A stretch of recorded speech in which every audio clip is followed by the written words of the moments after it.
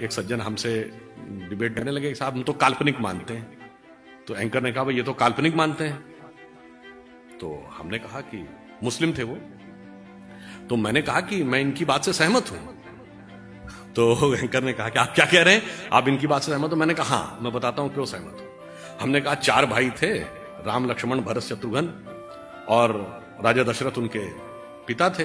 तो पिता के कहने पे राम चले गए वन में, तो लक्ष्मण भाई के रूप में वन में चले गए, भरत ने जाके वन में गए और थाली में राम की खड़ाऊं रख के लाके शासन किया। मैंने कहा एक और बाबरी परंपरा में भी एक 4 भाई थे, शुजा, मुराद, दारा और औरंगजेब।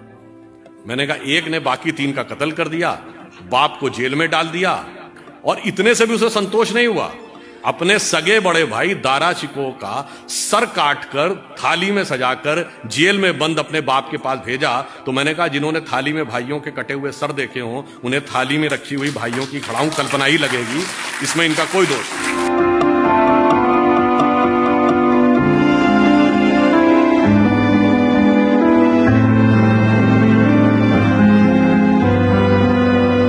भगवान राम 4 ही भाई क्यों थे? 3 या 5 भी तो हो सकते थे। हमारे हर चीज का रीजन है।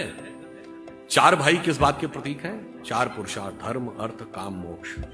श्री राम धर्म के प्रतीक हैं, लक्ष्मण जी काम के प्रतीक हैं, मोक्ष के प्रतीक भरत है, और अर्थ के प्रतीक शत्रुघ्न है। इसीलिए लक्ष्मण ही वन में क्यों गए राम के साथ? क्योंकि कामना या काम जो है सदैव धर्म के साथ संलग्न ही रहना चाहिए, उसके साथ पृथक नहीं हो सकता, तभी वो सन्मार्ग पे रहेगा। और भरत ने ही खड़ाऊं रख के शासन क्यों किया? क्योंकि मोक्ष प्राप्त करने के लिए अंतर की यात्रा करनी है, एक प्रतीक को भी सामने रख के आप वह यात्रा कर सकते हैं। और शत्रुघ्न अयोध्या में ही क्यों रहे? क्योंकि अर्थ राजधानी से बाहर नहीं जा सकता, इसलिए वो वहीं पे रहेंगे। तो अगर हमें आगे बढ़ना है, तो मैं जहां से मैंने प्रारंभ किया था कि प्रबुद्ध शुद्ध भारतीय, तो आपने भारतीयता को समझा, समझने की क्षमता भगवान ने आपको दी है। तो हमें आगे बढ़कर क्या करना है, यह ध्यान रखना है कि आचार्य चाणक्य ने कहा था, इस राष्ट्र को उतनी क्षति दुर्जनों की दुर्जनता से नहीं हुई है जितनी सज्जनों की निष्क्रियता से हुई है। मैं बताना चाहता हूं, भगवान श्री कृष्ण हिंदू भी हैं, हिंदू धर्म के भी प्रतीक हैं, वही तत्व है, और हिंदुत्व भी वो है। 1986 शाबानो केस, सुप्रीम कोर्ट का जजमेंट पलट दिया जाता है। क्यों? तत्कालीन भारत सरकार ये स्टैंड लेती है कि मजहबी मामला है, मजहबी मामले में कोर्ट का दखल सुई की नोक के बराबर भी नहीं होगा।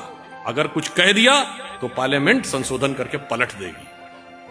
और अगले वर्ष जब श्री राम जन्मभूमि का विषय आता है तो कहते हैं भगवान कहां पैदा हुए, इसमें तुम्हारा सुई की नोक के बराबर दखल नहीं होगा। अदालत में साबित करना पड़ेगा, कागज और सबूतों पे साबित करना पड़ेगा।